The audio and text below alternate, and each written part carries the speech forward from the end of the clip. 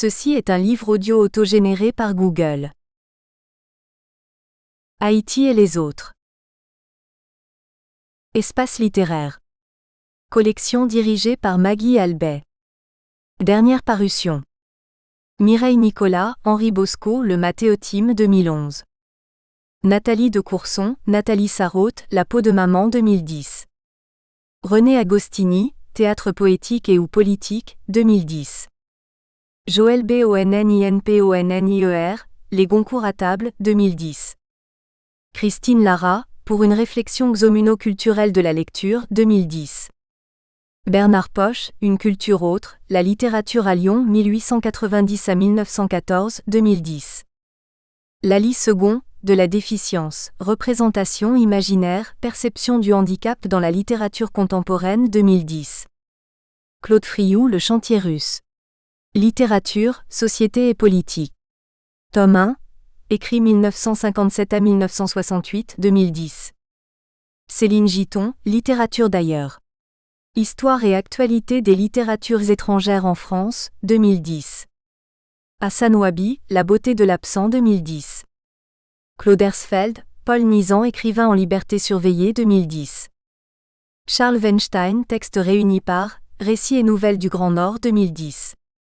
Paul Tyran, Edmond Combe. L'Abyssinien. 1812 à 1848.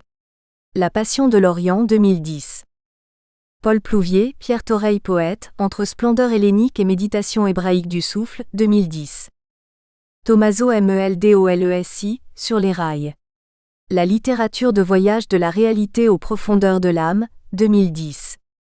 Cynthia Anne, coordonnée par Esa Agamalak. À la croisée des regards, 2010. Miguel Couffon, Marlène Haushofer. Écrire pour ne pas perdre la raison, 2010. David El Paris, Albert Hadès et Albert Josipovici, écrivains d'Égypte d'expression française au début du XXe. Pour mes filles. Pour la terre-mère, Haïti. Introduction. Le XXIe siècle se veut le siècle de la mémoire. Se rappeler, commémorer, témoigner, autant d'actes par lesquels on exhume des histoires enfouies, occultées par l'histoire officielle. Ainsi on voit apparaître sur les rayons des librairies, des ouvrages nouveaux sur l'esclavage et la colonisation. Des textes quelque peu oubliés du passé, tels le Code noir ou l'esclavage des nègres de Condorcet, sont aussi republiés dans des éditions nouvelles et pas chères. Les instances politiques et internationales, elles, ont remis la question coloniale à l'ordre du jour. Déjà en 1997, l'UNESCO proclamait le 23 août Journée internationale du souvenir de la traite négrière et de son abolition. En 2001, est promulguée la loi française, dite loi Taubira, qui reconnaît la traite et l'esclavage du XVe au XIXe siècle en tant que crime contre l'humanité. En 2006, la date du 10 mai est retenue pour honorer le souvenir des esclaves et commémorer l'abolition de l'esclavage.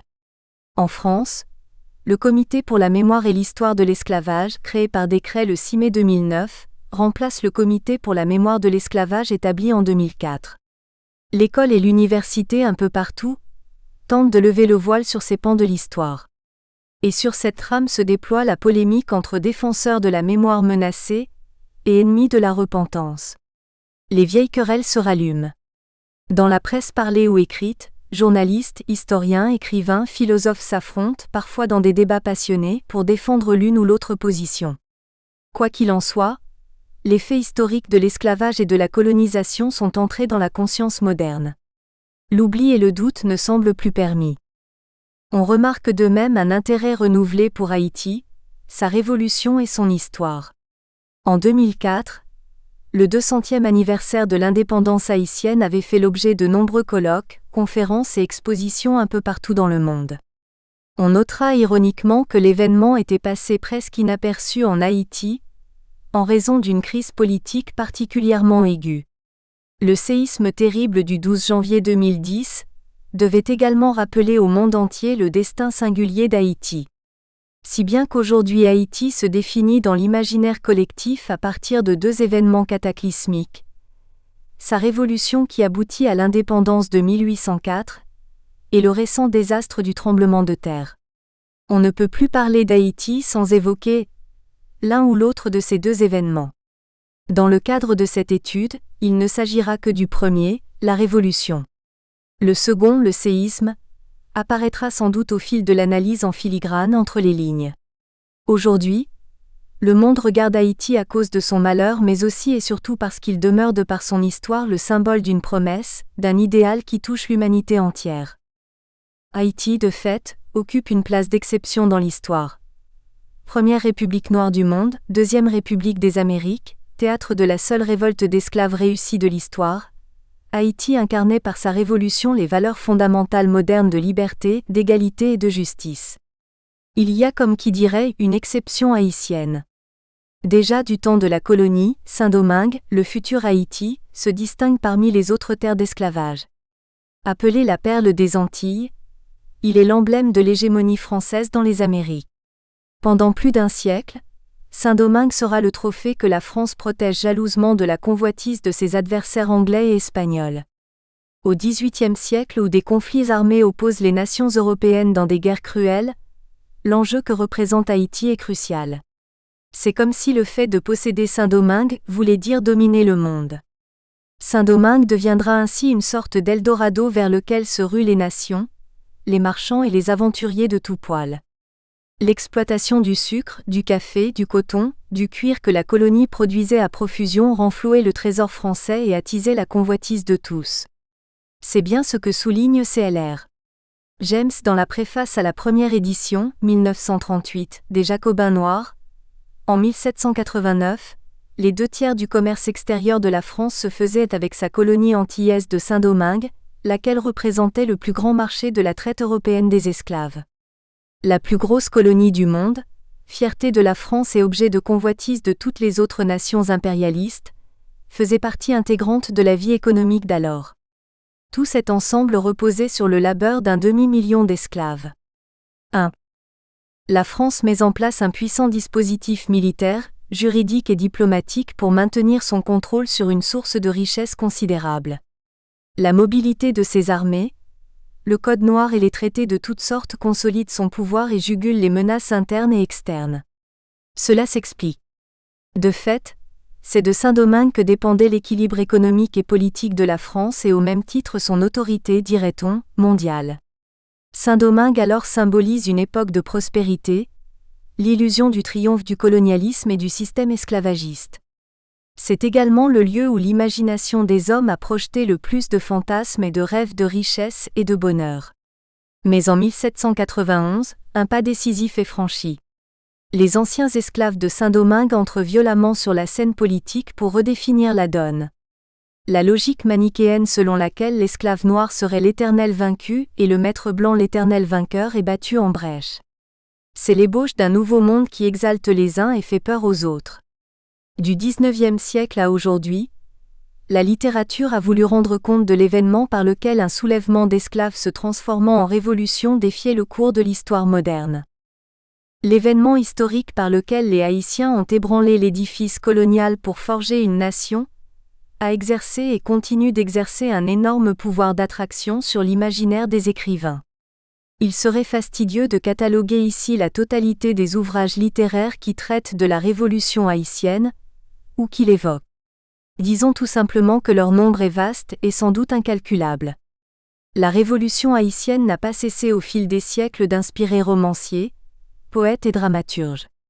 Dans des genres différents, romans, théâtre, poésie, essais, des écrivains de sensibilités fort diverses se sont exercés à l'écriture de l'événement unique de l'histoire moderne qu'est la Révolution haïtienne. Malgré leurs différences, on s'aperçoit que les textes littéraires sur Haïti forment un corpus plus ou moins cohérent qui détient ses règles, ses mythes, son langage. Si bien que l'on pourrait parler d'un genre littéraire particulier, d'une typologie qui doit sa spécificité au regard que pose l'écrivain étranger, non haïtien, sur Haïti et son histoire. Certes, aucun des textes ne ressemble vraiment à aucun autre, et les différences qui les séparent sont parfois assez considérables. Il n'en reste pas moins qu'il y a quelque chose de commun à tous ces ouvrages, qui fait qu'on peut les réunir sous une même enseigne. Nombreux sont les ouvrages littéraires qui prennent pour thème principal la Révolution haïtienne. La persistance du phénomène indique qu'il s'agit de quelque chose qui dépasse la simple fascination. La rencontre de l'imaginaire de l'écrivain étranger avec Haïti produit quelque chose qui relève du symbole, du mythe et du signe. Il suffit dès lors de prononcer les mots Haïti et Saint-Domingue pour que surgisse immédiatement une foule d'images. C'est Saint-Domingue en flammes qui sert de cadre au roman de Victor Hugo, Bug-Jargal, 1826, et à la sombre nouvelle du poète autrichien Heinrich von Kleist, Les fiançailles à Saint-Domingue 1801. Dans son poème dramatique intitulé Toussaint l'ouverture, Alphonse de Lamartine aborde les questions difficiles et concrètes de la construction d'une nation et d'un homme après la longue nuit de l'esclavage. On rappellera que Toussaint l'ouverture a aussi inspiré des vers puissants au poète anglais William Wordsworth, dans le sonnet qu'il lui dédie en 1807. En 1825, Charles Nodier dira « Ce chef noir occupera un jour une grande place dans l'histoire des révolutions morales de ce globe ». Au début du XXe siècle, l'énigmatique Hugues Rebel tisse sur fond révolutionnaire la trame d'un récit érotique, sulfureux, Les Nuits chaudes du Cap français, 1902. Plus proche de nous, l'Allemande Anna Segers dans ses Histoires caraïbes explore le passé révolutionnaire d'Haïti en quête d'une vérité universelle, d'un espoir. Le romancier cubain Alero Carpentier, pour sa part, s'adonne à un décryptage baroque de la révolution haïtienne inaugurant dans le même temps la pratique scripturale qu'on appellera réalisme magique ou merveilleux. Son roman Le royaume de ce monde se caractérise tant par son inventivité narrative que par sa représentation grotesque de l'histoire d'Haïti. De grands noms de la littérature caraïbe tant anglophone que francophone, tels Derek Walcott, CLR. James, Aimé Césaire, Édouard Glissant ont médité sur la portée de la révolution haïtienne pour les peuples noirs et africains. Ils chercheront à dégager de cette révolution le principe fondateur du monde postcolonial. Plus près de nous, la romancière chilienne Isabel Allende, en 2009, consacre son roman La Isla Barro del Mar à l'histoire coloniale de Saint-Domingue. Ce raccourci permet non seulement d'attirer l'attention sur le corpus qui fera l'objet de la présente étude, mais aussi de réfléchir sur le sens de l'histoire pour soi et pour l'autre.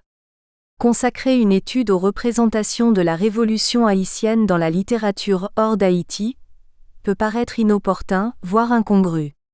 Pourquoi interroger l'autre sur un événement dont il ne peut avoir qu'une vue extérieure, incomplète, voire faussée ?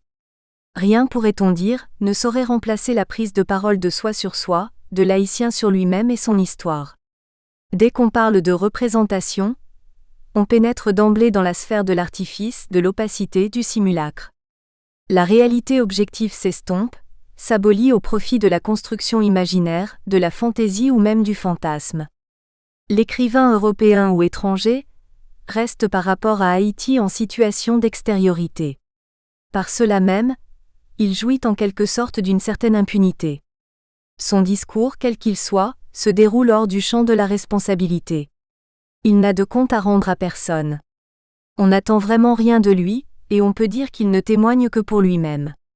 Souvent, plutôt que de parler d'Haïti, il ne fait qu'exprimer ses propres idées, ses préjugés, ses peurs ou ceux du monde dans lequel il vit. Souvent, il arrive que l'œuvre littéraire ainsi conçue se fasse la chambre d'écho d'une vision et d'une idéologie contraires aux idéaux mêmes que défendait la Révolution. Peut-on parler de travail de mémoire, dès lors qu'on cherche à représenter une histoire qui n'est pas vraiment à soi ? Techniquement non. Le terme d'expérimentation conviendrait mieux, non pas dans un sens péjoratif, mais dans son sens primordial d'essai, d'épreuve et de prospection.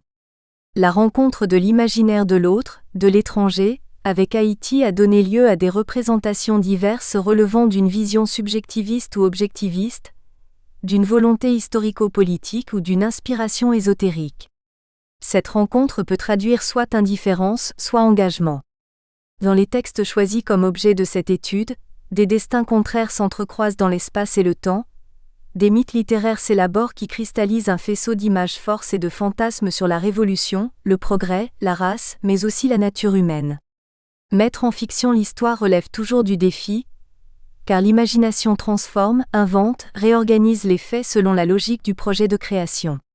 De fait, la relation de la fiction avec l'histoire se fonde, comme le laisse entendre l'écrivain péruvien Mario Vargas Llosa, dans le rapport contradictoire de la vérité historique et du mensonge de la fiction littéraire. La recomposition du passé opérée par la littérature est presque toujours fallacieuse si on la juge en termes d'objectivité historique. La vérité littéraire est une, et tout autre est la vérité historique. Mais quoique remplie de mensonges, ou plutôt pour cela même, la littérature raconte l'histoire que l'histoire écrite par les historiens ne sait ni ne peut raconter. Cependant, de nos jours où il est si souvent question de la rencontre des peuples, du tout-monde et de la création d'un nouvel humanisme, examiner les textes écrits par des non-haïtiens sur Haïti présente un intérêt particulier. Souvent, même si c'est de manière paradoxale, raconter l'histoire d'Haïti implique un engagement.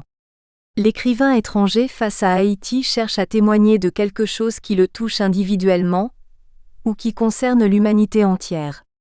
Car ne l'oublions pas, la révolution haïtienne a de par sa nature même posé la question de l'humain dans l'histoire moderne.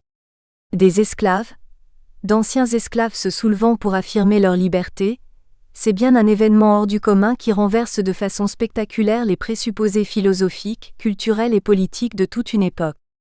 L'esclave qui affronte le maître, l'esclave qui agit pour renverser le cours de l'histoire. Il dit non, alors qu'on voulait lui interdire la parole et lui nier le statut même d'être humain. Quelle que soit la posture de l'écrivain étranger face à cet événement, il ne peut ignorer le fait qu'il s'est passé dans cette fin du XVIIIe siècle quelque chose d'extraordinaire ou d'unique sur la terre de Saint-Domingue, le futur Haïti. Examiner l'image d'Haïti à travers le regard de l'autre, de l'étranger, répond aussi à une nécessité, pourrait-on dire, d'ordre philosophique. On sait depuis l'existentialisme combien le regard de l'autre complique le rapport à soi et à l'autre. D'un côté, les images de soi créées par l'autre tendent à rester immobiles, figées, et sont prélevées dans un réservoir stagnant de préjugés, d'idées toutes faites ou de clichés. Contrairement, elles peuvent renvoyer à quelque chose de concret, de vivant, de dynamique qui délimite un espace de rencontre et d'interprétation. Partant de ce constat, il ne s'agira donc pas ici d'éloge ou de condamnation. De Victor Hugo à Aléro Carpentier, de Heinrich von Kleist à Anna Seghers, d'Alphonse de Lamartine à Édouard Glissant, nous nous trouvons face à des représentations parfois paradoxales d'événements qui ont marqué l'histoire d'Haïti. Le lecteur, haïtien notamment, peut s'insurger contre certaines de ces représentations qui déforment ou réduisent la réalité historique à des images toutes faites, des stéréotypes. Certaines représentations, par contre, peuvent amener le lecteur à réfléchir sur le sens profond de la révolution haïtienne et de la place d'Haïti dans le contexte de l'histoire moderne et postcoloniale. En abordant un tel sujet, il a fallu effectuer un choix parmi les ouvrages qui ont pris pour thème la révolte des esclaves de Saint-Domingue de 1791 et la révolution haïtienne. Le propos n'était pas d'établir une hiérarchie, ou de pratiquer une quelconque exclusion. Il s'agissait plutôt de regrouper des textes qui, par leur thématique, leur langage, ou dans leur intention forment un corpus plus ou moins cohérent. Les points de vue des auteurs choisis sont divers, les œuvres elles-mêmes présentent leur singularité propre. Mais par-delà de profondes divergences, on retrouve des similitudes, des convergences et un indéniable désir de témoigner de quelque chose d'incompréhensible, d'irrésistible. Les auteurs dont il sera question dans cette étude n'ont certes pas échappé à l'attrait de l'exotisme et du dépaysement. Il demeure malgré tout qu'ils ont senti, même dans le refus, l'importance de l'événement.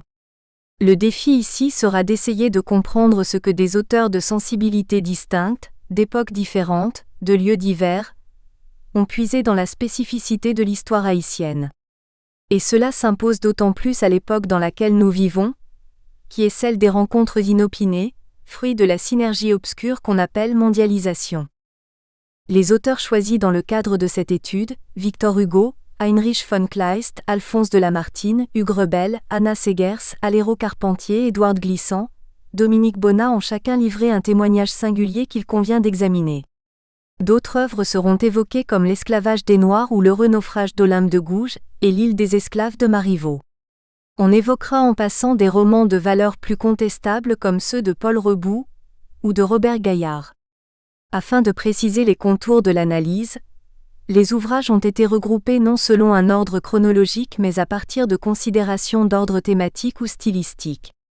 Ainsi il m'a semblé qu'il y avait des affinités naturelles entre Bug Jargal de Victor Hugo et Le royaume de ce monde d'Aléro Carpentier. Le premier chapitre sera donc consacré à la représentation qu'on pourrait appeler baroque que ces deux écrivains donnent de la révolution haïtienne.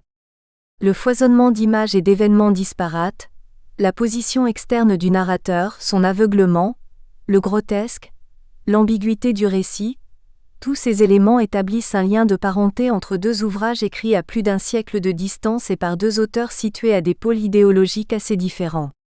L'un, Hugo, est français, l'autre Carpentier, né à Cuba de parents français et russes.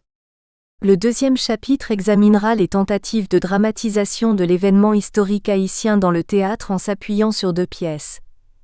L'une intitulée Toussaint l'ouverture, du poète romantique Alphonse de Lamartine, l'autre Monsieur Toussaint du poète francophone martiniquais Édouard Glissant. Ici encore, se retrouvent juxtaposés deux ouvrages qui représentent deux époques et deux visions très différentes. Alors que Lamartine voit dans la Révolution haïtienne l'expression des idéaux du romantisme, Glissant aborde l'histoire d'Haïti et de Toussaint l'ouverture dans l'optique de la civilisation antillaise. Dans ce chapitre, la pièce d'Olympe de Gouges, l'esclavage des Noirs ou l'heureux naufrage et l'île des esclaves seront également évoqués à titre de comparaison. Dans le troisième chapitre, il s'agira de voir comment deux écrivains d'origine allemande, Heinrich von Kleist et Anna Seghers ont, à travers le genre de la nouvelle, abordé la réalité historique haïtienne. Le premier, Kleist, est le représentant de la littérature romantique allemande du début du XIXe siècle. L'autre, Seghers, est une écrivaine du XXe siècle, dont l'œuvre s'inscrit dans la mouvance de ce que l'on pourrait appeler la littérature engagée. L'analyse se concentrera sur les fiançailles à Saint-Domingue de Kleist et les noces d'Haïti de Seghers, qui fait explicitement écho à la nouvelle de Kleist. Ces deux écrivains, Kleist et Seghers, ont été réunis non en raison de leur appartenance nationale mais parce qu'ils affichent, face à l'histoire d'Haïti, malgré le siècle et demi qui les sépare, une même angoisse existentielle. Le regard qu'ils ont posé sur Haïti et son histoire tend vers une transcendance où s'affirment et se résorbent nombre de dualités. Enfin, en dernier lieu, une réflexion sera consacrée à une veine particulière de récit à caractère érotique, celle qu'a sans doute inaugurée Hugues Rebel dans ses Nuits chaudes du Cap français. Mis à part le roman de Rebel et celui de Dominique Bonnat, le manuscrit de Port-Ébène, les romans qui se réclament de cette tradition comme ceux de Robert Gaillard ou de Paul Reboux pourraient être classés dans la catégorie de littérature de second ordre aujourd'hui bien oubliée. Là, l'histoire de la révolte des Noirs de Saint-Domingue proprement dite se trouve subordonnée à l'impératif raciste et tropicaliste. Toutefois, en dépit de leur valeur littéraire limitée, ces ouvrages reflètent une vision du monde colonial qui est encore vivace dans l'imaginaire occidental. Car rappelons-le, ces textes ont vu le jour non dans un passé lointain mais bien au XXe siècle. Chapitre 1 Le CRITURE baroque de la Révolution. Bug Jargal de Victor Hugo. Victor Hugo est l'un des premiers écrivains de renom à mettre en fiction la Révolution haïtienne.